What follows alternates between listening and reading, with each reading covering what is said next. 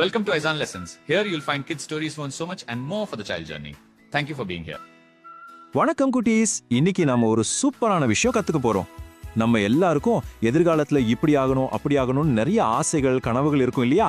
அது எல்லாம் எப்படி இங்கிலீஷ்ல அழகா தைரியமா சொல்றதுன்னு பார்க்கலாமா? வாங்க ஆரம்பிக்கலாம். சரி, ஆரம்பிக்கிறதுக்கு முன்னாடி ஒரு நிமிஷம் உங்க கண்ணை மூடி கொஞ்சம் யோசிச்சு பாருங்களேன். நீங்க வளர்ந்ததுக்கு அப்புறம் என்ன ஆகணும்னு ஆசைப்படுறீங்க? ஒரு டாக்டரா இல்ல ஒரு டீச்சரா, பைலட், இப்படி மனசுக்குள்ள ஏதாச்சும் ஒரு கனவு இருக்கும் இல்லையா?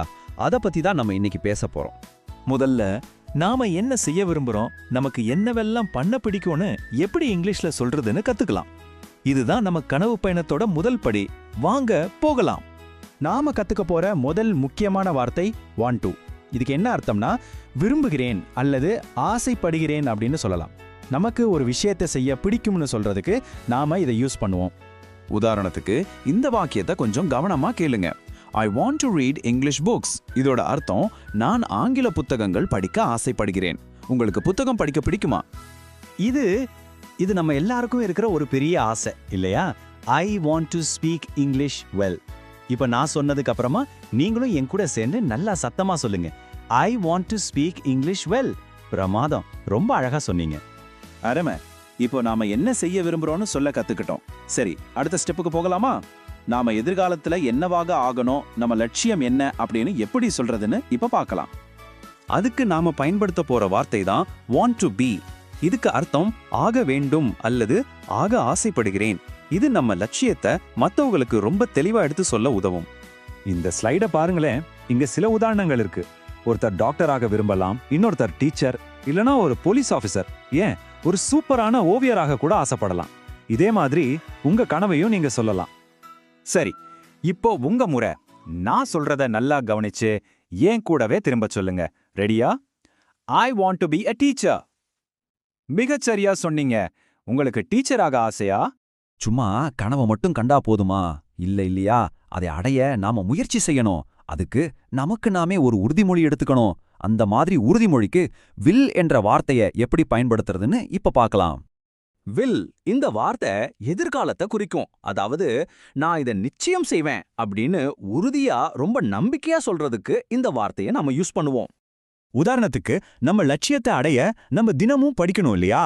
அதை எப்படி உறுதியா சொல்லலாம்? I will study every day. அப்படின்னா நான் தினமும் நிச்சயம் படிப்பேன். இது ரொம்ப ரொம்ப முக்கியமான ஒரு வாக்கியம். எல்லாரும் உங்க மனசுல முழு நம்பிக்கையோட என் கூட சேர்ந்து சொல்லுங்க பாப்போம். I will achieve my dreams. அப்படின்னா என்ன? நான் என் கனவுகளை நிச்சயம் அடைவேன். நம்ம கனவுகளை அடைய திறமையை விட ரொம்ப முக்கியமானது என்ன தெரியுமா? நம்ம மேல நாம வச்சிருக்கிற நம்பிக்கை தான். அந்த நம்பிக்கையை எப்படி வார்த்தைகளை கொண்டு வந்து நமக்கு நாமே சொல்லிக்கிறதுன்னு இப்ப பார்க்கலாம். இப்போ ஒரு கண்ணாடி முன்னாடி நிக்கிற மாதிரி நினைச்சுக்கோங்க. உங்களையே பார்த்து ரொம்ப தைரியமா பெருமையா சொல்லுங்க, I can speak English confidently. என்னால ஆங்கிலத்தை நம்பிக்கையா பேச முடியும்.